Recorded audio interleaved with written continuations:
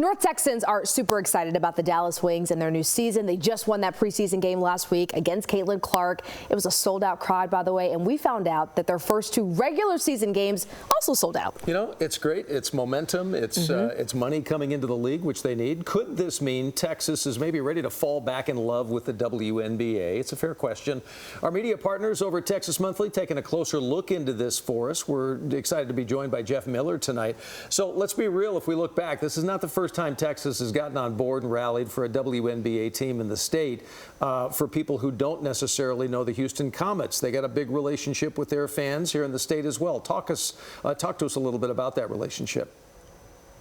That's right, Doug. So when the WNBA began back in 1997, the Houston Comets won the first 4 championships in the league. Cynthia Cooper was the most valuable player in the WNBA in 97 and 98. Cheryl Swoops was the most valuable player in 2000. And this was the dominant franchise. It was kind of a glamour franchise. Not only were they successful on the court, they were also very popular players. They mingled well in the community. And the Comets gave Texas its first WNBA dynasty. And I feel like, Jeff, we're seeing kind of that resurgence with Caitlin Clark, with Angel Reese, and just the popularity of these players. But I want to talk about the Dallas Wings and location for just a second, because they started in Arlington. Tell us why they did that. And, you know, their move that they're making now into downtown Dallas, is it too little, too late, or you think it'll still have a significant impact? In 2021, this franchise averaged a home attendance of about 2,000 plus per game. They ramped it up last season to about 4,600 per game. And as you mentioned, the deal with the city of Dallas, where they will be moving into the renovated Memorial Auditorium in 2 years after their lease expires with UTA for the 2026 season. And they're looking at about a seating capacity of 8,500 or so. So as we see the WNBA kind of ramping back up, and you mentioned Caitlin Clark, you mentioned Angel Reese, who came from LSU and is playing for the Chicago Sky. There are more marquee names to attract TV viewers.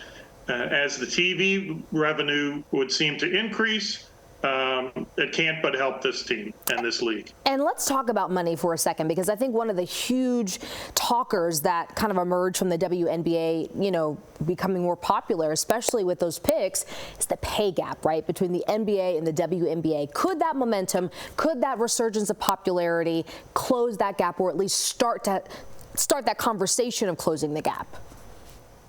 It could start. And as you know, they've got a long way to go.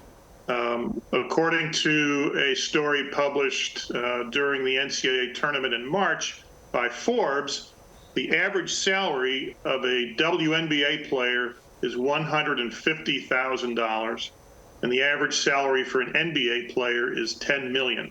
So the gap, it is big, and it's going to take some time for TV money to help that. Lastly, before we let you go, we've discussed the Caitlin Clark effect. It's all positive, which we hope helps everybody down the road. But let's not leave without mentioning some other names that are helping shine a bright light on these athletes before we go. Right. And here with the Wings, I mean, the most prominent player is Arike Ungabwali. She's been here for 5 years. She has led the Wings in scoring all 5 of her seasons here. And would seem to be the only player in the WNBA who's done a Jake from State Farm commercial with Mark Cuban. And if you've ever seen it, Mark Cuban is in role reversal there, where in the tradition of Shark Tank, he's trying to sell some silly ideas to Arike, and she's not buying them at all. And she is a terrific ambassador for this team. There are a number of quality players.